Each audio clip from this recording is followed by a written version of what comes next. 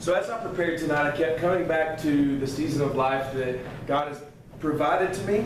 And this season of life brings many hardships and trials to many Christ followers as well as even non-Christ followers. It has brought a sense of failure within the church as well as becoming a cultural norm to our society today. This season I'm speaking of is marriage, as I was just married a month ago. Come on. Congratulations. Thank you. One of the reasons I believe these relationships are failing in the church and even outside of the church is the absence of love. And that sounds weird. That sounds weird because the absence of love, we tell our spouses, we tell our significant others, we tell our friends we love you. But what does love really mean? So I kept coming back to this passage that Paul writes to the church in Ephesus. In Ephesians 5, 1 and 2, it says, "Therefore, be imitators of God as beloved children, and walk in love as Christ loved us and gave himself up for us as a fragrant offering and sacrifice to God." So today I just want to pull out two things from those two verses. I feel like we could spend hours in those two verses. But just two things I want to pick out. In verse 1 it says, "Therefore be imitators of God." So first thing, be imitators of God. So I want you to journey with me back to your childhood and growing up. And if you think about it, even as adults now, maybe a significant other, maybe a spouse will say, "That's exactly like your dad did," or "That's exactly like your mom did." So as we grow up, we tend to copy our parents. We tend to imitate them.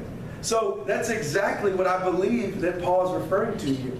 Paul is referring that we should imitate or copy God as we grow. So that should be the goal, that we're imitating and copying God. So what does that mean? What does that mean for us as Christ followers in our relationships? What it means is that we have to learn the characteristics of God. And so I'm convinced that if you read from cover to cover in your Bible, story by story, verse by verse, you will start to see the characteristics of God unveil right before your eyes. And so if that doesn't convince you, 1 John 4:8 says, "Anyone who does not love does not know God, because God is love."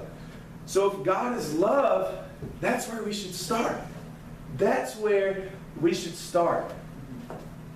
So we should start learning the characteristics of God. So if God is love, then how do we move forward in our relationships? Let's look at verse 2. "And walk in love as Christ loved us and gave himself up for us, a fragrant offering and sacrifice to God." Walk in love. Walk in love. Jesus paved the way for that. Jesus modeled that. God sent his one and only Son, Jesus, to die on a cross for something we didn't deserve. If that does not show us an example of what love is, I don't know how else to explain what love is. So in conclusion, you may sit in your seat, you may look at me as I have at times and say, "Tyler, I just want to know what I have to do to successfully love in my relationships."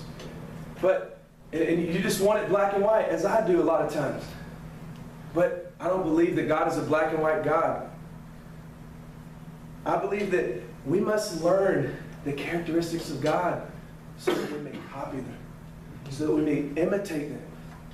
And that if we're copying the characteristics of our Creator, then where do we have to go wrong? In our love, within our relationships. So, in my wisdom of a month of marriage, okay, I promise, it almost guaranteed 100% that I got it all figured out. Okay? I promise. Okay? But it could look like, this is as far as we've gotten in love.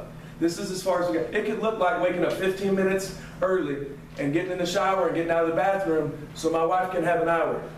Okay, so let's face it. If Jesus can come and down a cross, Tyler Smith can get up 15 minutes early and shower so he can get out of the bathroom. Okay? But here's the thing. Here's the thing. In a month of marriage, I still hadn't figured it out because I'll get up 15 minutes early, mad as a hornet. Because I'm up 15 minutes early and she's not. Okay? So, but really, is that out of love? Is that how love? Now, I don't have to get up and say, baby, I love you so much that I got up 15 minutes early. It's called the action. It's called the action. Right. And now maybe in God's word it doesn't say you should get up 15 minutes early so your wife can spend an hour in the shower. But it's applying it to right where I'm at. So if we can reshape our minds and imitate God through our relationships, then we create a healthy environment to love well within our relationships. So my challenge to you, as you walk out of here tonight, is to ask yourself how you can imitate God to create love in your relationships. Amen.